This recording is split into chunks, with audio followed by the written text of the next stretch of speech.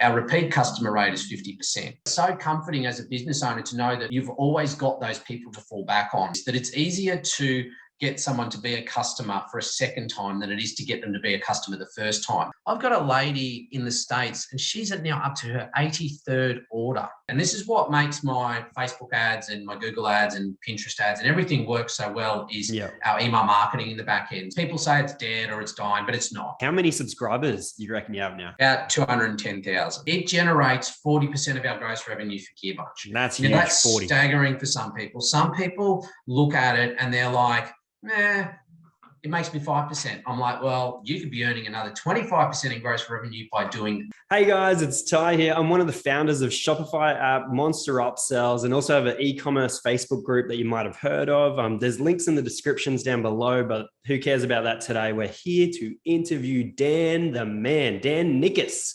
Woo, welcome, Dan. Hey, mate, good to be here. Yeah, good to have you on, mate. Your beautiful face. Look, if you guys don't know Dan, he is insane in the e-commerce industry. One of the reasons why he is because he owns the 8-figure brand Gearbunch, which is a POD leggings brand. You can check it out later on. But yeah, today I just wanted to give you guys a bit of a glimpse into Dan's world and give you a bit of a quick little run through background of who he is. So just going to smash through it. Done a little bit of digging in on you, mate. Fair enough.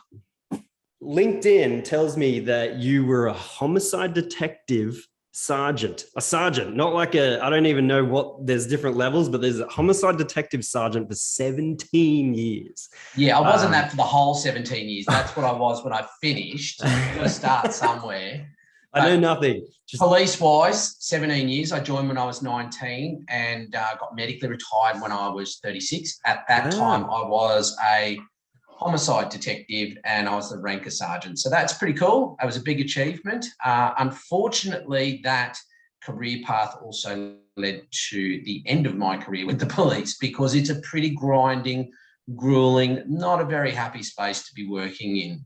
And from that, I've in needing to provide an income for my family, discovered online marketing, found out that I was actually pretty good at it. I'd spent a career being trained to find people that didn't want to be found. And then all of a sudden, here I am with all these tools to find people online, but they're not trying to hide from me. They'll tell me everything about themselves. I've got all this information on them. And at the end of the day, they were happy when I found them because usually I was putting a product or a solution in front of them that they wanted. It wasn't, the outcome of going to jail for the rest of your life. So it was a nice turn of events and it was a great way to use my skills, which didn't really transfer into any other career very well. You're either a police officer or you're not. But this, I didn't realize it at the time. I thought everyone was doing what I was doing, but I just found that I had a knack for it to find people. That's amazing, man. What the heck? I just wouldn't pick that up. Police, detective, now you're finding audiences and detecting their needs, wants, desires, and everything like that. Yeah, exactly. And just really analytically thinking about where people are, how to reach them, what message to put in front of them. And I used to do that as a detective, like I used to obviously deal with some really horrible people and they had no reason to talk to me. Normally, if a homicide detective's talking to you, the only outcome is, if you talk to me, usually is that you're admitting to something and you're going to go to prison for the rest of your life. So I had to develop strategies on how to talk to people and, different tactics on how to get them to talk to me. And sure enough, I was really good at it. I'm not a big, intimidating bloke. I didn't try and stand over people. I didn't try and bully them into talking to me or pressure them. It was all just about talking and it was all about communication. And that was my skill. And you wouldn't, it sort of makes sense when you think about it that totally, that's marketing. And I used to market to them. I used to have to try and convince them to talk to me. Wow.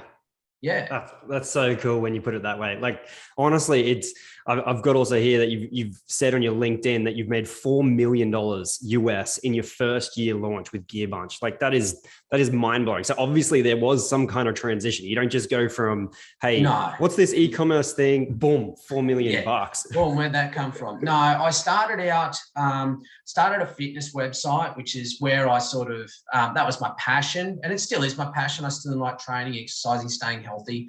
And as I was trying to grow and monetize the fitness website, I came across a platform called Teespring, and I was introduced that by Donald Wilson, who's now the owner of Gearbubble. Oh, I love Donald. And was he doing pop? Yeah, this is before pop. This was it was called Ads Lab, and it was like how to advertise on Facebook. Very basic, before pixels even existed. And before pixels. Before pixels. You mean that kind of like now when pixels kind of are taken away? Yeah. Anyway. Yeah. So, when we're sort of we're flying blind again. It's like, this was about 2012, 2013 when we got introduced to this. So it's been going on for nearly a decade, but it was, I don't know if you hadn't heard of Teespring. Some people, I think it's just called Spring now, but basically it was print on demand, the very first incarnation of print on demand. And we were running Facebook ads too. The products that we were designing, we just get a design done on Fiverr or Upwork, and it was Odesk back then, and we'd push them out, really basic ads. And this was when advertising was just sort of taking off on Facebook. So users didn't realize that they were being advertised to so much. They just thought that it was just really cool products that they were interested in. And golden days, I've heard. Golden days. I came into this space after the golden days. I really wish I was in the golden days, but now I don't know what I was missing. And you're telling me everything I was missing right now. Well, what it was is I started selling the shirts and the hoodies and stuff, and I was selling a lot, but I only had a limited audience. I was just selling it to my following on my fitness website and Facebook page. And then when I thought, well, I can use this and I can target nurses, I can target Irish Americans, I can target people that ride motorcycles. And I did, and I found it was exceptionally easy. And I became one of their power sellers, I think they called us, and they'd fly me around the world and deliver training on how I was running Facebook ads, which was amazing. In 2016, I started to see that the market was getting really saturated. Like by this stage, it had gone mainstream. It was like, everyone was trying. It was like, this is before drop shipping. This is what everyone was trying to do to turn a quick dollar. So I was approached by a company who was doing leggings, starting to do leggings. They asked if we want to try it. And I said, yeah, sure, I'll give it a go. Not knowing if it was going to work or not, launched a website, called it Gearbunch, because it was just going to be a bunch of gear. I had no idea that the leggings were going to take off. I was going to ask you about that. It doesn't seem like a leggings kind of brand when you just see it, but now you've made it established. Like, oh, duh, it's a leggings brand. It makes sense. I got no choice. It is what it is now. To rebrand it would be a nightmare. And it just took off in the first month, and then every month after that just grew and grew and grew and grew. And we did 4 million in the first year, and it's just continued on. We've had some dips in it, like during COVID. We obviously took a bit of a dip. With the current sort of climate that's gone on with the iOS changes, and Google's going to do something similar towards the end of this year. We've had to pivot and adjust and change what we do several times, but we're still here. And that's what I'm excited to talk to everyone about, is because it's not just a trend, and it's not just something where we got lucky for a month or two. We're now into our 7th year. We started this Gearbunch at the end of 2016. And it's now 2022, so into the 7th year. Yeah, it's pretty surreal from where I've come from to where I am now. The people I get to talk to, meet people like you. Like I've met you in person, so I do. There you go. We're real world friends, and I've been able to travel the world to meet some really cool people and do some interesting things, all on the back of just not doing anything overly complicated, just, doing all these little 1%ers all the time. And I just can't wait to talk to people about it. Yeah, awesome, man. I can't wait to get stuck into it. First thing I was going to say is, well, you kind of answered my question. My next thing I was going to ask about was like, why POD leggings? I'm like, what? You got an affinity with leggings or something like that, mate? No, it's POD leggings. Okay, if you stand up, what are you wearing down there? No. Nothing. I can't stand up. Whoa. You're not in the... Are you wearing pants? I thought that's what we had to do in these interviews. It's COVID. It's all, you can do whatever you want, right? You could just rip a leaf off from behind you and just wear that.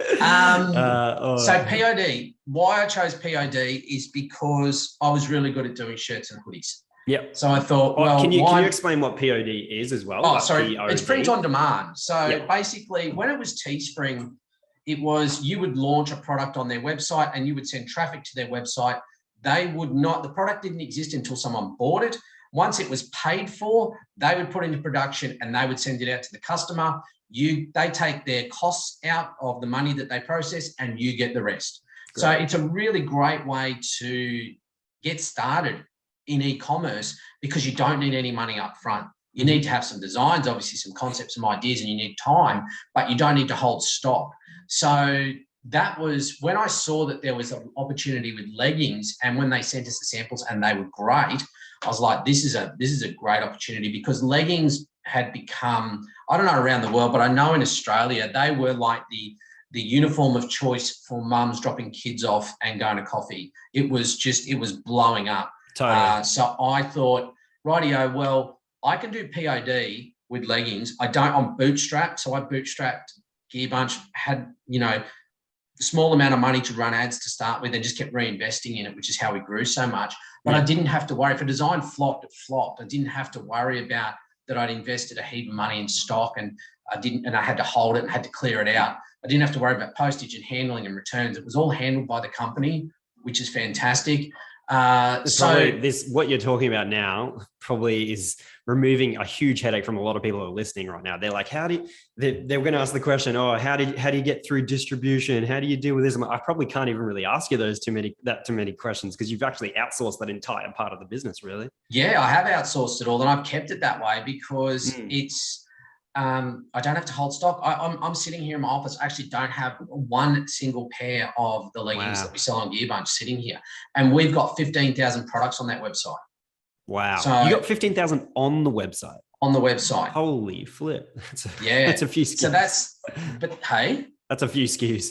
It is. But the beauty of it is that it's all virtual. It doesn't exist until someone buys it.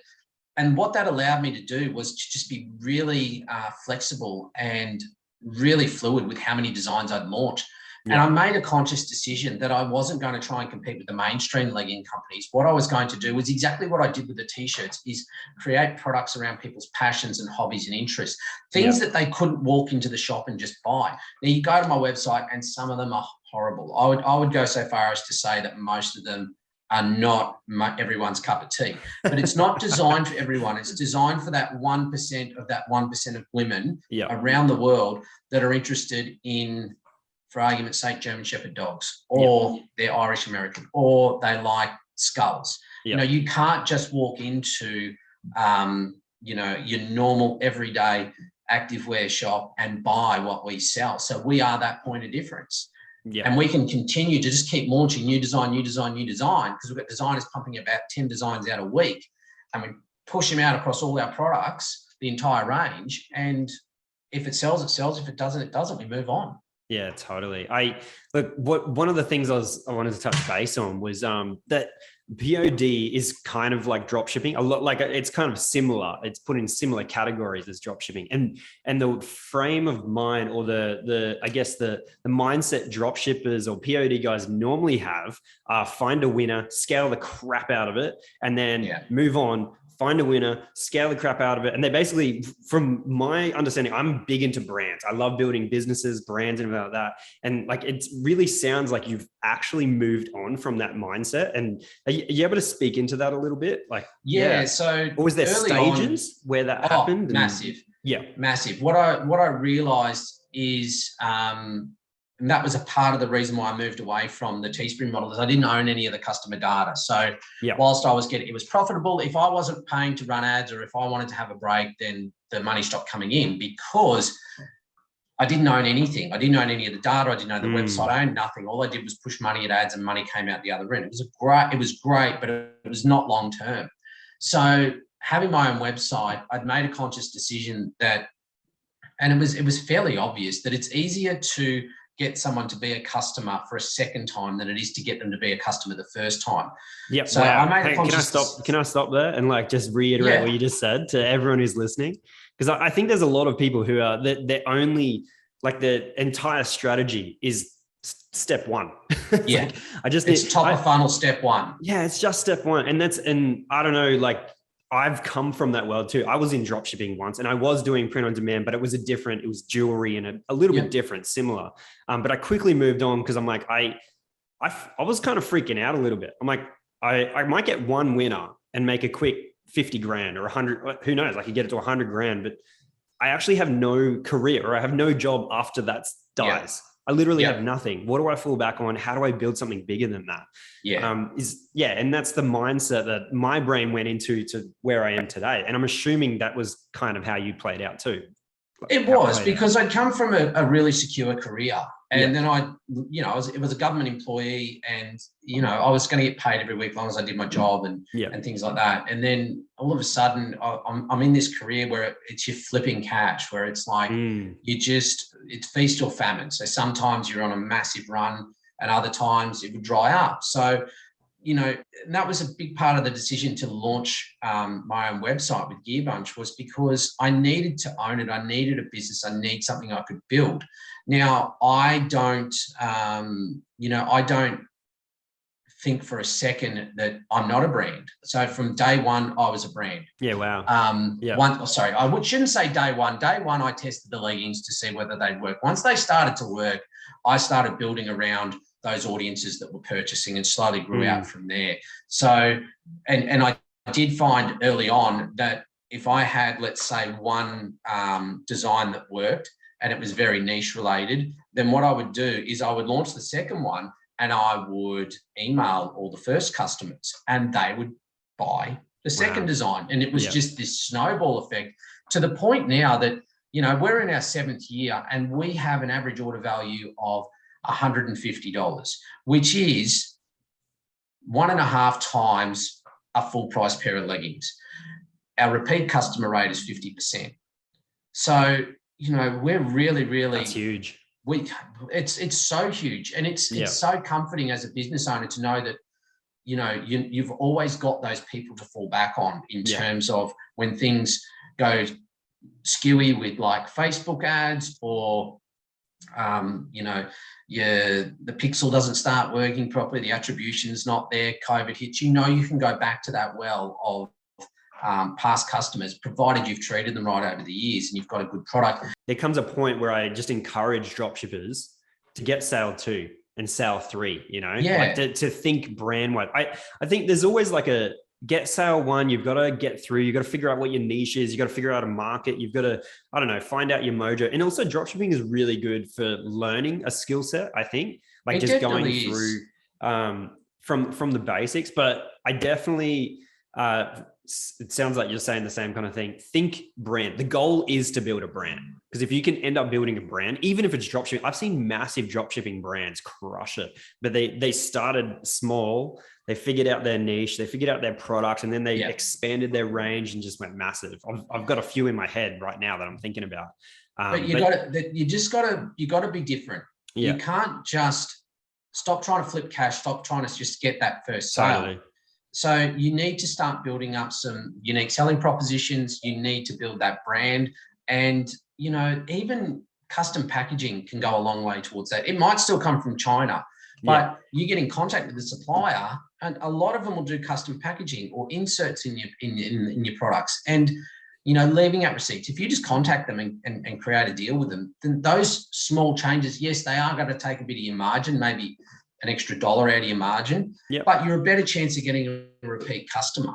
And that's what I really liked about the POD model, is that I was able to put inserts in, I was able to put a sticker on the outside of the packaging, and had to just get really creative with how I was selling the product. So no one wants to know, and think about this with your dropshipping brand or whatever your brand is. They're not all dropshippers, by the way. There's more brands. I just wanted to address that. No, I know, but it goes for brands as well. It's that age-old adage that, don't sell the sausage, sell the sizzle. Yeah.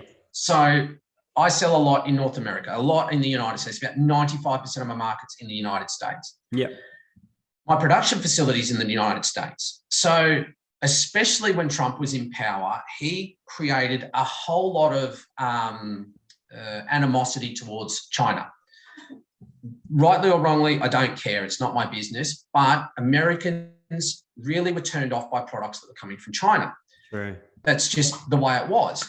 So instead of saying in my ad copy or emails or website, I would not say not made in China. I would say handmade in the USA. Yeah. Because it was.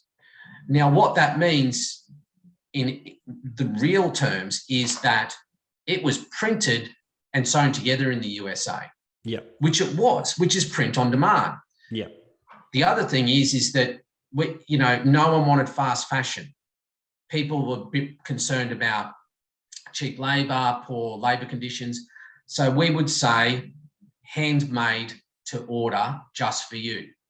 Again, That's it's awesome. print on demand. It's a different spin on, like, it's the same thing. Like, you're basically saying the same thing, just in a way better way. It's got way sizzle in it. Better way. Yeah. So you now say to someone, you can't buy this in stores. Yeah.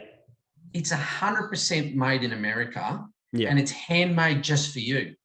Like, that is a much better selling proposition than I don't make this until you buy it, then we'll make it. So delivery time's going to be a bit slower. Yeah. I hear it. We're saying to them, delivery time is going to be a little bit slower because you matter. You matter. Your design matters. And we're hand making it just for you. And that's the truth. It's not a lie. It's just a different spin on what POD is. Yeah, totally. And that's and it's just the way you spin it. It's the way you present it. It's the way you market your offer, and they're our unique selling propositions. Yeah. I posted something in a couple of Facebook groups yesterday just to see what the feedback or what people would say. And I basically said, it was something along the lines of why do people need your product and why should they buy it from you? And I just wanted, it was like a psychology thing. I just wanted to see what people would write and how they would write it. And most people are like just so focused on themselves. Like, you should buy my product because I'm Australian and my products are made in Australia. And women said they've liked my clothes. And I'm like, there's no uniqueness about what you're saying. No. There's no reason. And the funny thing is, then I posted a little bit later, said, hey, anyone who posted, go back through and read everyone else's comments, pretty much because most of you have said the same thing. There's nothing unique about what you've just said. Figure out what your unique is. Yeah. And stop focusing on you. People don't care about you. Yeah. They care about themselves. It's just inherent. And they're not going to come out, that no one comes out and says that. But if you're trying to convince them to buy something, you need to convince them of how it will benefit them, how it solves a problem for them, why it's the solution for them, why it's a better product for them as opposed to something else. So it's all about them. That's who you're marketing to. Totally. You're not, unless you're like, a major corporate business who, has millions of dollars of ad spend behind it and they can create these massive campaigns. You need to really, and even still they focus on them, but you need to really drill down on what is that your customer actually wants or needs. And a really good way to do that is, especially when you're trying to create a brand, is have a look at the feedback and then have a look at what the support tickets are that are coming in all the time. So the support tickets before people would buy off us, or questions we get asked a lot of, especially in the comments on our ads and things like that, was, are they squat proof? Are the leggings squat proof? And are they see-through if I bend over? And these are two really important things for people.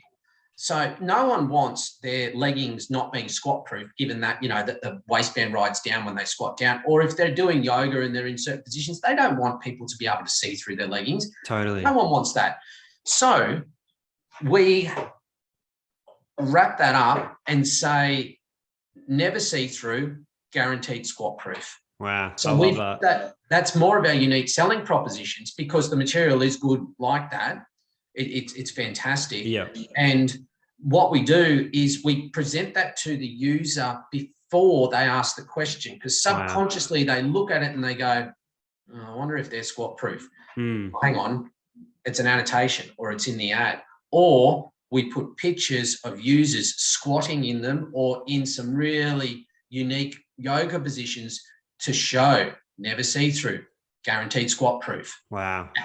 So it's just about, it's putting that person first. The person's question is going to be, we saw quite often was, is it see-through, is it squat proof? We would answer it. We'd answer that concern for them before they'd ask. So you're saying basically listen to your support team, as you support as much as you can. If you're a business owner, you might not be in that support space. So I guess the encouragement is get your support team to actually be thinking about this. If something keeps coming up all the time, get them to write it down. If it's a certain, and it's language, I think it's special. The special thing there is like you've used their language. You might have never used that language. You've solved their problem. You've solved their problem. That's their problem. Awesome. There's cheap products out there that are see-through, they're not squat proof. You've solved that problem. Great. Another barrier was our delivery time. So we would market that we hand make them to order just for you. So they know they're going to wait because they're being handmade, not because the product doesn't exist and we're print on demand. It's the same thing. We're overcoming objections that they have in our either our imagery or our ad copy or annotations or places on the website. We too often get caught up with like, oh, what color is my add to cart button and how big is my font and all these things. Like they are important. Don't get me wrong. Like you try to have as little friction as you can on your website, but people are caught up on that. And then they deliver a product from China in a yellow envelope to the person. And it's just in bubble wrap. And it's shitty. It's a really shitty experience. And they're going to try and push someone through their beautiful website again to give them that same shitty experience. Like, it's a holistic approach if you're going to be a brand. You're thinking big picture. I love, the language that you're using and the way you're going about this is it sounds like you're taking ownership of these problems as well, because they were actually problems that were arising. I see a lot of people posting, like people keep complaining about this. People keep, my support team's not doing this, or there's these problems arising, but the way you're tackling them is you're actually turning those problems straight up into the solution. If anything, you're turning the problem into one of the best parts about your product. Like it is exactly where they are our unique selling propositions. Yes. And it's funny, hey, like they don't, because we market it in that way. I remember sitting at they had like this at Facebook, they had an invitation only for the top 1% of advertisers on Facebook. And they sat me at a table with a really well-known Australian activewear brand. And she's looked at me and they've got their marketing officer there and they've got someone else there. I can't remember who it was, but she flat out said to me, she goes, we follow your brand and we have no idea how you can keep producing so many designs. They said, where on earth do you store everything? And I didn't let them in on the secret. But what it showed is that the marketing... Hopefully they're not watching this. Sorry. Oh, they can watch it if they want. But it's... It just highlighted to me that we'd done such a good job of positioning our brand in such a way that it wasn't drop shipping or print on demand. It had quality. It had... It's a real brand. It's got a move. It's a movement. It's a community. It's got bigger things to it. It is. And it's just, people love it. Like I've got a lady in the States and she's now up to her 83rd order. And she orders multiple leggings at a time. She spent, how much is a legging? About $88 US a pair. Holy flip. 88. Yeah. And she usually buys 2 or 3 at a time. Now, I've never met her, but I talk to her online. Now, I want to know what it is that motivates her to come in every time and spend more and more and more. That's because awesome. I'm going to start including that in my ad copy. I'm going to start including that in my email copy. I love it. Like, and even, you got to get some creative. You can't just keep using the same creative that's just like the stock mock-up. Start doing some user-generated content, even if it means you do it yourself. Yeah. It doesn't have to be done. Do you put the leggings on? Have you done that one? Yeah. You have? Oh. Yeah, no. All right. We're going for a new market, right? I'm sure there's a market. We have just moved into the men's leggings. Here So we go. they're called they're leggings. out there. Yeah, they're out there, but we've like specifically got them set up for men now. Like they're not women's leggings that men wear. These are men's cut. Wow. Yeah. I've actually got a mate who wears leggings everywhere. He's a what do you say? I don't know. He's a pretty out there dude, but he pulls them off, and you look at him like he stands out, and you're like, I don't know. He pulls them off. He's fine. Connect me to him, and I will send him some, and I will get some imagery from him. He's on Ninja Warrior too, dude. He will love you for sure. He's always on Ninja Warrior. You probably can't I'll connect you. I'll connect you later. Connect us up, and he's the only one wearing leggings, pretty much. That are wild.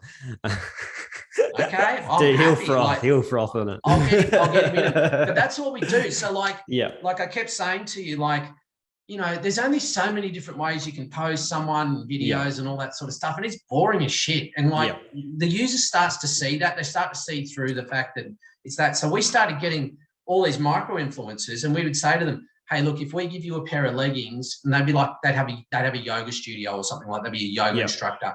Like, if we give you some leggings, can you just get some photos of you doing some yoga poses, or a short little video on your phone doing some yoga in them? And they started doing that. And then we're like, all right, well, let's go find someone who's into CrossFit and we want to show their squat proof. Can you just like, here, we'll send you some leggings. Can you just shoot us some video of you doing squats in them? Yeah. You know, just to show that they're squat proof.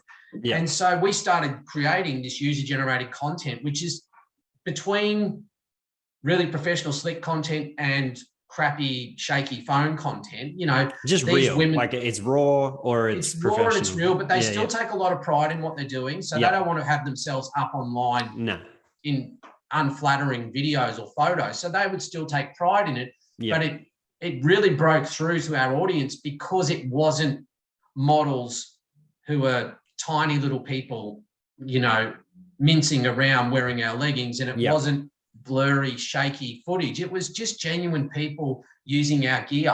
I guess if I was a customer, I could see myself doing that. Exactly. You know? It's like, oh, I could pull that off. It's not super professional. It's just I could do that at home, and I could maybe send a video in and get somewhat famous or something like that. Can I ask you a question in that influencers? So is that actually a play that you guys are doing or you have done? And we always do it. Okay. So and then the next thing is, oh, sorry, you can keep, I'll just give you two things. So do you use this mainly as a play for influence, or do you use this for content to then redistribute throughout all of your channels and everything like that? Or maybe you do both, but is one of those just hitting way bigger than the other? We do it for content. Okay. 100%. Our intention is content. A side effect of it is influence. Yeah. But we don't go, I won't pay an influencer. Now, this is just a personal thing for me. Yeah. We've tested it. We found that it just wasn't getting us the results that we wanted. The problem is that a lot of the influencers out there, they weren't educated enough to be able to measure whether something was working or not. And they put too many restrictions on what they would or wouldn't do, or what we could or couldn't do as a brand with them. Yeah. So we started going out to what we call them micro influencers. Anyone that's got somewhere from 1,000 to 5,000 followers on TikTok, Instagram, whatever it might be. And we would just offer them free gear. We'd never offer them money. We'd only offer them free gear in exchange for content. How did you reach out to them? Instagram messages, TikTok messages. If they had an email attached to any of their accounts, we just email them. Yeah. And I've just got a staff member who just reaches out to them. Okay, and she generates a lot of the content that we have. If you go on our Facebook page, it's pretty much all user generated content. Yeah. Yeah. Did you, when you say Instagram, I've done influencer stuff. Is there, so you got a DM, do you have a certain phrase or a certain thing that you just, you send to every single person that could potentially be in influencer? Yeah, we just got a template introducing ourselves. It's just a text doc, and we just copy and paste it in, introduce ourselves. Here's our website. We'd really love to see if you're interested in possibly wearing some of our gear. All that we are. We love your channel. We love your account. We love, what you're doing. The only thing is, if in exchange, could you supply us with some photos or a video? Do they always get back to you, and they always follow through with what you're talking, like what you ask them to do? Once we send them gear, yes. Yep. Okay, cool. Because they're not at a level where they've got hundreds of thousands, if not millions of followers, and they're trying to make a career out of it. A lot of these are just, mums who love yoga or doing CrossFit, and they've got this little loyal following of people that follow along with them, whether it's their weight loss journey or it's, they're getting stronger, or their yoga journey that they're on. And they're not in it for the money. The actual attention is the fulfillment for them, that the people are interested in what they're doing. It's sort of validation in what they're doing as well, and that they're supporting other like-minded women. And that's the key, is that, go to some of these bigger influencers and their demographic is full of people that aren't my demographic, because, I probably won't get into the ins and outs. No, that's fine, man. That's fine. It's just not. So I find that these smaller micro influencers are flattered that you've approached them, because they look at our Gearbunch website and then they go to our Facebook account, and there's a couple of 100,000 people on there, and they're like, wow, this is a big brand. And, they see us everywhere because they usually have clicked through to the website to check us out, and then they just get remarketed like crazy. And then, here's a brand who wants to give me gear. Now, I've never met anyone who doesn't want free stuff, and all you got to do is send a few photos, in which they're already doing. So if you look at their profile and they've never got a photo of themselves up and it's just repurposing other people's content, they're not for us.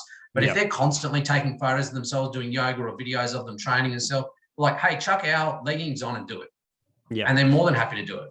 I would also, I don't know if it's for every single brand, but I especially think it would be for your brand, that if they're creating that kind of content, it would be really easy to chuck that straight onto TikTok, straight onto Reels. And those are the two big, they're the big hitters right now. Like, you could go viral with all it takes is the right post to just kind of hit, and it will just explode. That's it. So that's what we do. So awesome. We've got some TikTok and some Reels specific content that we push out there. And the good thing is most influencers are, shooting in that aspect ratio anyhow, because it's on their phone. We probably have more trouble trying to get it so that we can repurpose it for YouTube content. But, if we look at it from that point of view, it's fine. And it's fantastic, and it's great content, because it's not that the creative's the key on those two platforms. That placement on Instagram, which Reels is now on Facebook as well. They've just launched it on there. I saw that just recently. Like in the last week or two. And then obviously TikTok, it's all user generated content. No one goes onto TikTok to look at ads, and if it looks like an ad, then they're usually going to swipe past it. So it needs to look as native as possible. True. All right, sweet. Well, I just wanted to ask a question now for one of the guys who jumped in on the group set. They wanted to know if you could answer. Do you have like a percentage that you spend of your cash flow on direct response or on top of funnel ads and everything like that? And then also like channel, like has your spend changed across channels over the last, I guess, 2 years? Oh, so much. And you can't just rely on one channel anymore. When I first started in this, it was Facebook, which then integrated Instagram. I had a little bit of remarketing on Google. And a very basic email marketing system. Now, my presence online, it's like an omnipresence. It has to be everywhere. And the reliance on Facebook and Instagram just isn't there anymore, because it's not as consistent as it used to be, and it's very erratic. Attribution is difficult. It's not to say you can't be profitable on it, but if you're relying on that, it's just your one source of traffic, it just won't fly anymore. So in that time that I've been online, like Snapchat has come around and become an advertising player. Obviously TikTok, Google's gotten so much better at e-commerce advertising. Like so much better. Really? Oh, with the carousel, I don't know what you call them. You'd know all of the terms and everything, but you're pulling up all the pictures and everything like that with the banner ads and stuff you're talking about. But even now they've just launched a new product, which I think that they will make as your, it's going to be like the mandatory campaigns. It's going to swallow up a lot of the smaller objectives they have out there or advertising types. It's called Performance Max. And it's fantastic. So it's gone to the days where it's just like shopping or display, those sorts of things. It's now incorporates everything. It's got it's got Gmail, it's got YouTube, it's got display, it's got shopping. It's absolutely everything. And even your remarketing is included in it. And it allows you to get a lot more granular with it, which is fantastic. Fantastic. But overall, I would say 30%. If I'm to put a percentage figure on it, 30% of my gross revenue is my marketing. Okay. So let's say, for argument's sake, you turn over gross 100 grand. Well, if 30% is what I spend on marketing, so I'll spend 30 grand to make the 100 grand, and that obviously it scales out if you're not making, and it depends on your brand and your margins and things like that as well. Also, it'd be seasonal as well. Obviously, Christmas and everything like that. I'm assuming, because I've worked with bigger brands, 8-figure brands, millions in ads in a month. I think I had to spend $1.5 million in a month. That was the goal. I was like, what the heck? So the goal is to spend that, but like, how much do we have to return? I was like, they didn't have a return. Like they were hoping for this, but they're like, let's just spend that. That's the goal. Spend that profitably in a way. It's like, holy flip. But I'm guessing you would have to forecast things as well. Like going into, if you're thinking about it as a brand and not just thinking month by month, like you're hitting Cyber Week or Christmas. So Q3, Q4 are always bigger spend periods, and they also are more expensive because there is more competition in the options. For sure. But I think as a rule of thumb, if you to dumb it down and say, all right, well, what's your percentage of ad spend to gross? 30% keeps us profitable. Not at a, if we was only making $10,000, $3,000 wouldn't keep us profitable. Yep. But $3,000 in ad spend, we wouldn't be profitable. But up at that higher levels, definitely is. So you just need to look at, I'm a big data person, and you need to know what your break-even ROAS is. So if you don't know how to work that out, I suggest you Google it and figure it out. But it takes into consideration all of your running expenses, your cost of goods, and then you can work out what your break-even ROAS is, because you put in there your average cost per acquisition, all those sorts of things. I mean, after all, you need to be making money. And it staggers me that how many people don't know what their cost per acquisition is on average, or what their break-even ROAS is. So I know at top of funnel, I can be running ads at a ROAS of 1.7 because I know that's my break-even. But I also know that my targets are 2.5 at middle of funnel and 3.5 at bottom of funnel. Okay. So I will run at break even as hard as I can at top of funnel, because I know middle of funnel, bottom of funnel are more profitable. Still maintaining that 30% ratio, and that 30% is global. It's not like 30% on Facebook and 10% on it's all of them. So it's a global ROAS. I'm not looking at, okay, I spent $1,000 today on Facebook. If I don't make $3,000 in gross sales, then I'm in the red. No, it's a global ROAS. So I have to take everything into consideration. Any outgoings go into that calculation. What tools and things are you using to get that attribution? Because I know attribution is a nightmare at the moment. If everyone can solve attribution right now, you're a bazillionaire right now. And there's a lot of good products out there.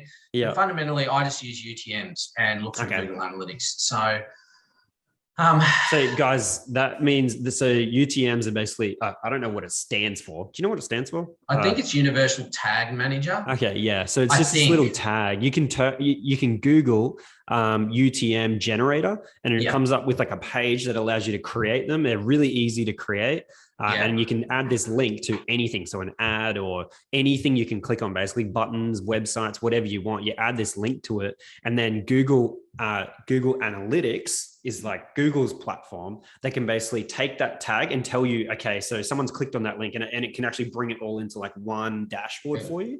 It's kind of hard to explain, but that's basically it. I'd probably YouTube how to actually use that data and play with it if you don't know yet. The easy thing is to create the UTMs, like the tags that go on your links. The bit you need to learn a bit about is where to find that within Google Analytics and make sure that's set up correctly. So it is a bit confusing.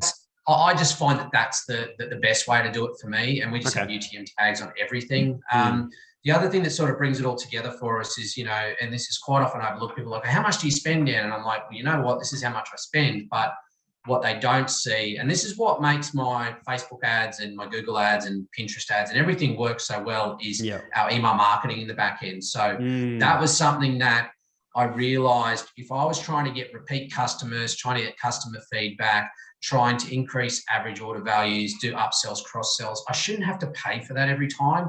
And email marketing is as old as the internet, pretty much. So, you know, people say it's dead or it's dying, but it's not. It's not. Still, it generates 40% of our gross revenue for Gearbunch. That's huge. That's 40. Staggering for some people. Some people look at it and they're like, nah, it makes me 5%. I'm like, well, you could be earning another 25% in gross revenue by doing nothing but setting up some automated flows or sequences and pushing out some campaigns. And guess what? You don't even need to be a copywriter, because remembering, I was a police officer. I was a detective. I wrote briefs for court. And they are boring. They're bullet point. I'm not trying to sell anything. They're factual. So, you know, my writing style is not awesome, but I figured out a system to sort of get around that and just automate all that process for me, because I just saw such a huge advantage to having a solid email marketing presence. And that money's in the list. And the good thing is no matter what Facebook or Google or Pinterest or Snapchat or TikTok do, whether they go up, down, disappear in 10 years time, the emails are still there and you still own them. I 100% agree with you, man. So yeah, as I don't know if anyone knows, but I was working with quite a big brand that scaled up to some freaking ridiculous numbers. But the way we did that was what Dan was talking about. And I'm sure he just did it with Gearbunch as well, is we had the top of funnel worked out. We figured out that people wanted to buy our products, figured out how to sell our products on that top of funnel. When I say that, it's just like, that's the first purchase basically, or anything people see first time of your brand. Normally it's like a direct response ads. Click here, learn more, or click here to buy something.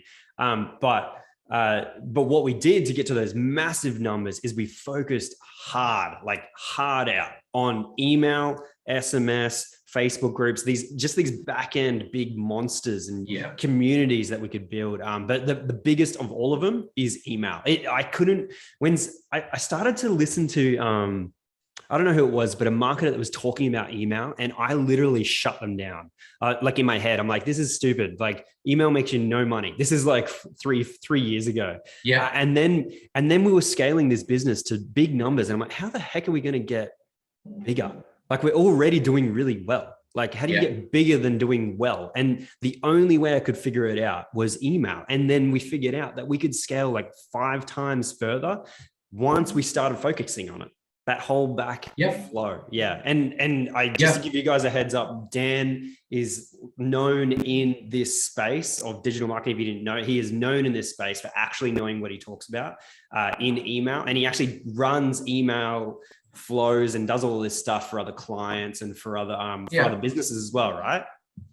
Yeah, and it's a funny story about how I sort of came into it, is that I started getting really recognized because of Facebook ads. I end up getting put on the Facebook Business Council. I'm one of Facebook's global trainers. You know, there was a lot of recognition. I started getting flown around the world because of my ad strategies, because of the way that I was running Facebook and Instagram ads. And that was fantastic. But there was nothing, I would say my targeting and my ability to find people was very, very good. But in terms of like these little hacks or strategies, there was nothing unique about what I was doing in terms of I'd have my funnel strategy set up. I would make sure it was complete. I'd talk about different ad copy and use different creatives, but there wasn't any little hack like, all right, well, you need to do a cost cap, do 20 ad sets of a cost cap that are 1 cent different each, and then put that with America and then a country like, you know, Bangladesh to the silver bullet in marketing. Like there was everyone's looking for it. Yeah. What it was is that I'd get up on stage and I would talk about, and I'd show people my results. I was one of the only ones that would ever get up on stage and say, hey, I'm Gearbunch and here's the results I'm getting and this is how I'm doing it. People are like, you're mad. Like, they're just going to copy. I'm like, I'm not worried, because even if they copy me, they're not going to get my results, because my results were getting supercharged by email marketing. Wow. So Facebook had that 28-day attribution window. They'd see an ad. They wouldn't buy off the ad, but they would end up on the website. They might opt in to a pop-up. I'd get them an email, and that would then still get attributed back to the ad. So my ads were on fire. Like, I was doing the same. People are like, I'm doing what you're doing, but I can't get those results. I'm like, oh, well, like, keep doing it. Like I'm not going to tell you everything that I'm doing. And then I just got to this point where I would start coming to stage and people are like, can you run Facebook ads for us? Can you do this for us? And I was like, no, I don't really want to do that. And in my head, I'm like, it's because it's the email marketing that's making the difference. Yeah. And in the end, I started telling people that I'm like, it's not sexy, hey? No, it's not sexy. My Facebook ads are good. Yeah. But I have emails. I send out tens of thousands of emails every month. Wow. Like tens of thousands. Wow. I have so many back-end automated flows that are just working while I'm asleep because I had to figure out to do it that way because I'm in Australia. I'm in a totally different time zone. When my market's awake, I'm asleep and vice versa. So I was supercharging it. And people would try and copy me. They'd copy my website. They would copy my ads because you can see all that sort of stuff. Yeah. And I'd be on stage telling them, and people are like, you're mad. I'm like, I don't care because they're not going to put in the work. They're not going to do what I do. They don't know what I know. And then when COVID hit, a few companies came to me and said, can you help us? Like, we're struggling. And that's when it was, about 2 years ago, I started up the agency to do email marketing because, fundamentally the thing I miss about being in the police and what I realized that I love doing was helping people. So getting up on stage and talking to people was good.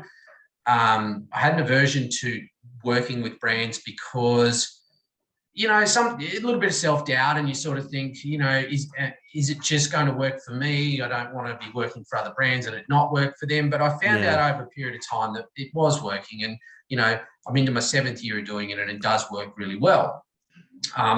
So I started taking on some brands, and 2 years later, we've got all these brands that we work with, some really, really well-known ones in Australia and overseas. Wow. And we've generated millions of dollars in revenue for them using the exact system that I've got for Gearbunch. And that's how I sold it to people, was like, all right, I'm not going to try and do anything unique. I'm going to implement the system that I've got for Gearbunch. Mm-hmm. And anytime I need to test something new, I'm testing it on Gearbunch. If it works, I'll introduce it into your brand. Wow. So people were really good with that. And I'd show them behind the scenes and say, look, they'd be like, I don't really want to do that. And I'd be like, look at what it does for Gearbunch.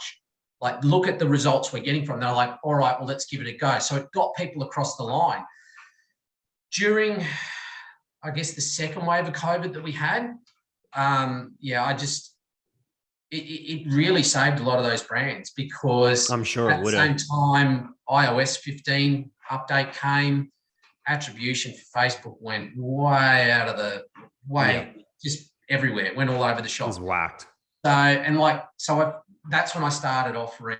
I found out, I figured out that even smaller brands had the same problems. So what I did is I created a 4-week course, like a mastermind, where for people that couldn't afford an agency, I could still help them. So I had a bit of time spare.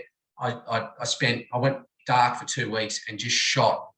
I think there's 50 odd videos in there on what we do in the first month as an agency with a brand, right from setting up a Klaviyo account, which we run our email marketing on, right through to being all automated and ready to go. So it was a case of I can help more and more people, especially those brands that, it doesn't make sense if you're not making, a significant amount of revenue per month to then bring on an agency, which costs a few grand a month. Yeah. When it just eats into your profit when you're a small business. So I said, well, look, I'll show you how to do it, but you've got to do the work yourself.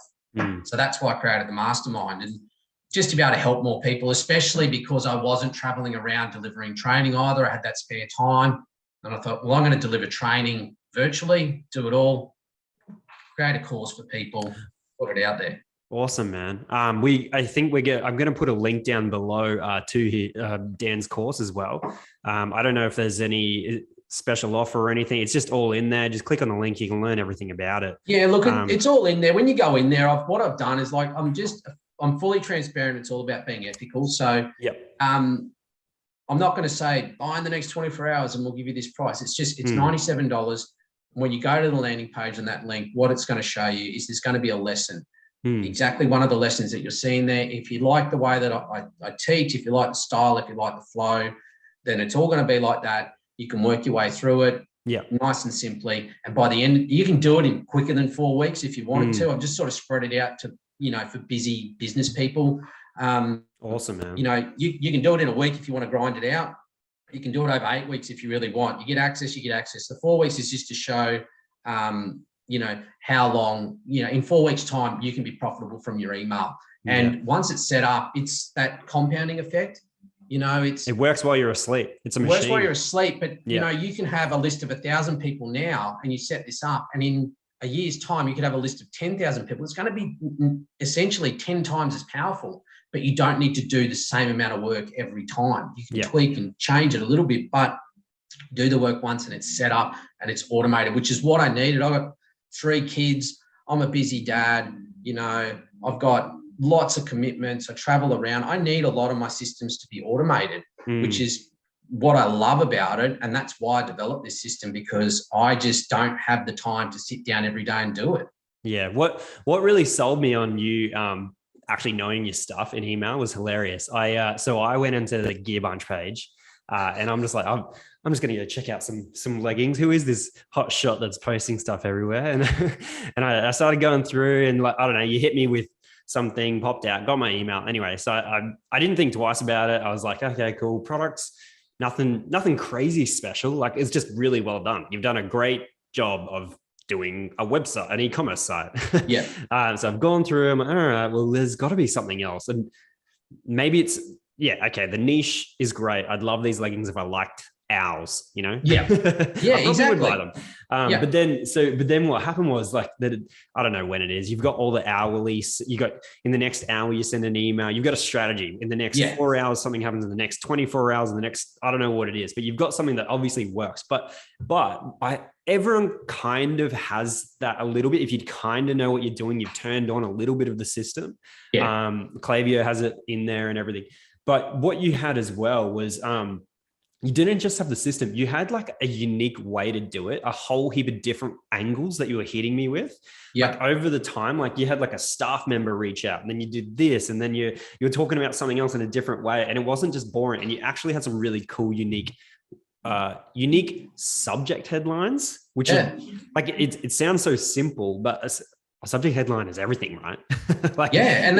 If it's crap, they're not going to open it. And what I did was that I looked at all of the whatever a customer opposition might be, whether it be paying for shipping or was it fast fashion? Barrier to purchase or something like that. Whatever a barrier to purchase was. And I would space out the emails so that I'd address those over time. And I knew that at some stage, all right, I didn't get you after an hour. I didn't get you after 24 hours, 48 hours, a week, 2 weeks. But every time I was ticking off another objection, another barrier to the sale. And if you got to the end of that flow, then and those hadn't satisfied you and you hadn't purchased, then you'd fall out of that flow. And that was it. I wouldn't push it anymore. And that's essentially, though, to target people correctly, I've got, at a very minimum, I set up 7 flows. Yeah, okay. So 7 automations. And the reason is because they're all at different, people are at different stages of the buying cycle. So you don't want to talk to the person who's been to your website once and filled out a pop-up the same way as you do to a person who's bought off you 4 times. Yeah, true. So you can't just have one abandoned cart and then expect that to cover everything. So we've got 7 flows that we set up, depending on what stage of the buying cycle they fell out. And then we address it at that point. So if they've gone and they've got all the way to the checkout, they're going to get spoken to differently to someone who's just come and visited the website. Love it. Conversely, if you're a first-time purchaser, you get spoken to differently than if you're a repeat purchaser. I love it, man. It's not just about having an add to cart automation and then just hoping that they'll buy. And if they don't, you move on to the next client, next potential customer. Can you speak into, first things first, I wanted to ask, how many subscribers do you reckon you have now in your whole database? About 210,000. Holy flip. Yeah. That's insane, man. Like at any given moment, you can talk to for essentially free, right? I don't know if any of them can unsubscribe or have unsubscribed or whatever, but like 210,000 people you can literally talk to right now if you want to. If you were going through a tough time, if anything was going down, you had a special on, if something crazy was about to happen, you could reach out to 210,000 people. That's awesome. That's amazing. And here's the omnipresence. you upload those subscribers to Google, you upload them as custom audiences to Facebook and Instagram, you upload them to Pinterest. Imagine being able to put an ad in front of someone who's not a cold target. Yeah. And you can consistently show them new products, you can show them a new range, you can introduce them to some special offer or feature that you've got, and it's your data. You're not saying to Facebook or Google, can you go and find people that might be interested in my new X? Yeah. You say, these people have bought from this, bought a similar product. I'll put the ad in front of them and they convert like crazy. And this is that omnipresence that we're talking about. It's not just, it wraps it all up. And then they get in that system. It's like, all right, well, they'll then see the ad because they're subscribed or they're a past purchaser based on their email. And you own that data. So it goes up into there, they see the ad, and because they're already on your system, they come to the website and say they just look around or they add something to cart, they'll automatically, because their profile exists in your email ecosystem, they'll trigger into an abandoned cart sequence if they didn't buy. So they've seen the ad, they've looked at the product, added to the cart, dropped out, and it's just boom, boom, boom, flow, purchase. That's awesome. Next product comes out, they go back up, they see an ad, come to the website, they might just browse this time. They go in our bound and browse sequence and get showing those emails for that specific product and eventually buy again. And it just keeps feeding itself. There's a lot of people who are afraid to send too many emails to people. I get this constantly. So working with brands, they're always like, oh, I think one email a week's too much, or like one email a week's okay. And that's it. They're too afraid to do anything. They're like stuck because they literally throw the whole idea of building a database or a list and everything out the window because they don't see the value in it because they're only sending one email a week. That's just crazy. Yeah. Okay. So with everything in marketing, especially online, is that we have a lot of data at our disposal. So when clients come to me and they're like, I don't want to send 2 or 3 emails out a week. I'm like, I say, well, tell me why. And they're like, well, because I think it's annoying and I wouldn't want 2 or 3 emails a week. I'm like, totally cool. I said, have you tried it? No, because they've made an assumption that their database won't want that. Yeah. I said, can we try it for a month and let the data tell us, let the data dictate. And I'm talking about open rates, click-through rates, unsubscribe rates, bounce rates, conversions. Let the data tell you. It's a business. Don't run it on emotion, run it on the data. And I'm not saying we're just spamming them. I'm saying you need to send good quality to them. It needs to be the right message at the right time in the right way to that person. Yeah. But we're not spamming them. But you need to be front of mind to them. The thing is that people, it's like when you post on Facebook, people think that your fans see everything that you post. It's the same with email. We're all busy. We're all subscribed to a bazillion things. Totally. And, they might not even see that email you sent on Monday, but they might just log into their email on Thursday when you send your next one and it's at the top of their inbox, whereas the other one's been pushed down so far that they haven't seen it. Do you have different times that you send stuff? Or like if there's a sale on and you're trying to hit like Cyber Monday, or I don't know how you run your sales, but if there's a sale, what are you doing? Sales, we push hard. If it's a big sale, we push it hard. So we'll go AM, PM. Okay. Because especially like you go Black Friday, Cyber Monday, everyone around the world's doing it now. Yeah. So, you're competing for that space in that inbox and you need to be towards the top. So we need to be either an AM or PM, depending on when the user logs in. We want to be somewhere on that first page of their email. Yeah. Other than that, we do rely on a lot of the AI in the back end of Klaviyo. Yeah. So it will tell you, you can do test campaigns, which is called smart send tests. Mm-hmm. You push it out and it will, in that person's time zone, it will drip out emails in different times in their particular time zones. Wow. And once you've sent out enough of them, it comes back and it says to you, rightio, your peak sending time is between 4 p.m. and 6 p.m. That's the time when we're going to send it. We want to send it between those times because we know that's when you get the most opens and clicks and conversions. Wow. There you go, guys. Is that in your course as well? Do you talk about that stuff? Yeah, oh, wow. Yeah. That's awesome. Great. It's everything. It's like if we were to do it for you, we just show you everything we do in the first month. Yeah. Awesome, man. Well, look, there's a lot of stuff we've discussed there. I try and wrap it up a little bit now. We've gone over, I think, about an hour, but honestly, I can go for like 3 hours talking about this stuff. I nerd out about it. Oh, mate, and I love talking about it because at the end of the day, whether, you're a customer at Gearbunches or, you decide you want an agency to run your email or you buy them a course, I don't really care.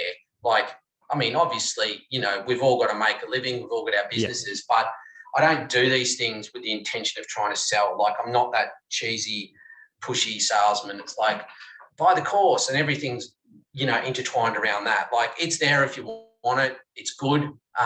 There's plenty of people in there that like it and they get good value out of it, and it's not overpriced.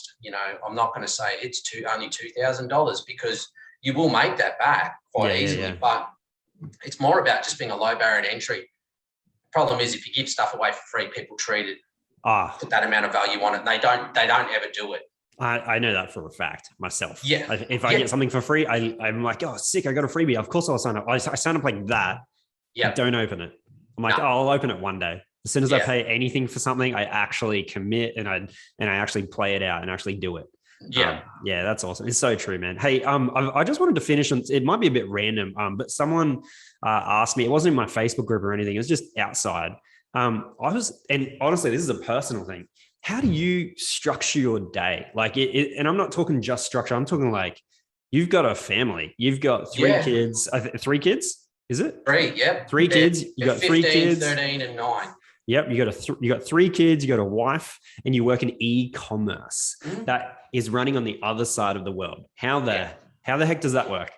So it's just about having structures and systems. Like, you've got to have systems. So I keep myself very accountable. So I get up at about 5:30 every morning, and the first thing I do is I work for usually about an hour to an hour and a half. Because US is obviously there's an overlap there in a way, kind of. Yeah, there is at that time of day. At that time of day, it's only middle of the afternoon to early afternoon for them, depending on the time zone they're in. But I get up and get some work done. And by work, I mean I plan out my day. Yeah. So I know exactly what it is that I've got coming up. And I do that because it's quiet, because my kids are still asleep at that stage. It's different for different people, but my kids are asleep at that time, and I start my work day at home. Yeah. I then do the dad thing in the morning. I help the kids get ready for school. I do school drop off. Then I come into my office. I stay in my office because I find I'm more productive than if I'm working from home. Yeah. And then depending on the day of the week, probably 2 to 3 times a week, I do school pick up at 3 o'clock. So my day finishes then. So that's, I've done a 7.5 to 8 hour day. Yeah. And I think, that's a pretty reasonable amount of time, but I don't fluff around. I don't have 47 tabs open and scrolling through my Facebook feed and looking at TikTok on my phone. I shut everything down and I do that one task. Yeah. And then I'll move on to the next one. And you might have noticed I didn't reply to you straight away when you messaged me today. And that's not because I was ignoring you. I didn't see it because I had it all turned off. Yeah, wow. And so and that's something I learned, over the years. How do you turn it off? Are you just closing everything? There's no system everything or down. Apps. Okay, cool. Turn the notifications off. Shut the tabs down. Just open up what you need to work on. Years ago, I was working 14 to 16 hour days and it almost broke me. Wow. And that was because I just didn't have any systems. So I would bounce from one thing to another. I was half doing so many different things. Yeah. And now it's like, all right, what's the priority? This needs to get done first this morning when I hit the office. Yeah. And you were scheduled in as a meeting. And, so I do all that. I get to the end of the day. We're a really active family. So we will go and do some exercise or something outdoors together in the afternoon. We always have dinner together. Very rarely, because of the time zones, I'm talking maybe twice a month, I might come into the office at night to do a meeting. But it has to be very essential. And I put barriers up around clients as well. So I don't answer client requests over the weekends. And I don't answer phone calls outside of hours. So that's just me. And that comes from experience. At that point in time where I was working 14, 16 hours weeks, I would never not answer the phone and I would always respond to every message straight away.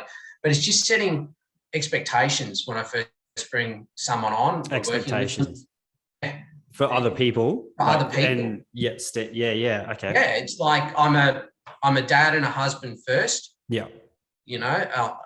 I'm invested in your brand or I'm invested in what it is that I'm doing right now, like this talk with you. Yeah. But if you had said to me, can you do this on Saturday at 1 o'clock? I more than likely would have said no. Yeah. I might have considered it because I know you personally, but yeah. anyone else, I would have said absolutely not. Yeah. I'll do it Monday or I'll do it Tuesday, but I'm doing it during my work hours. Yep. And that's even why you said to me, hey, Dan, can you do it at this particular time? I said, no, I can't. I've got to do it an hour earlier. Yeah. Because I've got my kids to pick up. Yep. And that's my priorities. And, you know, that was a bit of a tough lesson that over the years is that I wasn't such a great husband or such a good dad because I was just constantly online. And that's the trap with online marketing, especially e-commerce, is because it's relentless. It never sleeps.